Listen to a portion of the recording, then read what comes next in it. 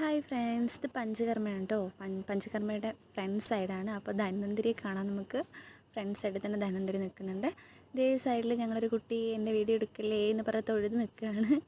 അവൾ ഇത് ഞങ്ങളുടെ ആദിക്കുട്ടനാണിത്. ആദിക്കുട്ടൻ ഞങ്ങളെ ചേച്ചിമാരേനൊക്കെ വിളിക്കുന്നുണ്ട്. ഞങ്ങളൊക്കെ ഞാവൽപ്പഴം പറിക്കാൻ പോവാണ് ഈവനിങ് ടൈമിൽ. കുറേ പേരൊക്കെ ട്രീറ്റ്മെൻറ്റിലാണ്. അപ്പം ഞാവൽപ്പഴമാണ് അവിടെ കണ്ടുകൊണ്ടിരിക്കുന്നത്. കുറേ ചാമ്പക്ക മരങ്ങളൊക്കെ അവിടെ ഉണ്ട്.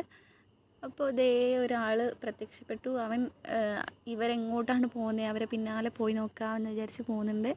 അവരൊന്ന് ജസ്റ്റ് ഡിസ്റ്റർബ് ചെയ്ത് അവർ സൗണ്ടൊക്കെ ഉണ്ടാക്കുന്നുണ്ട് അവിടെ. അപ്പോൾ ഞങ്ങൾ അങ്ങോട്ടേക്ക് പോയിക്കൊണ്ടിരിക്കുകയാണ്.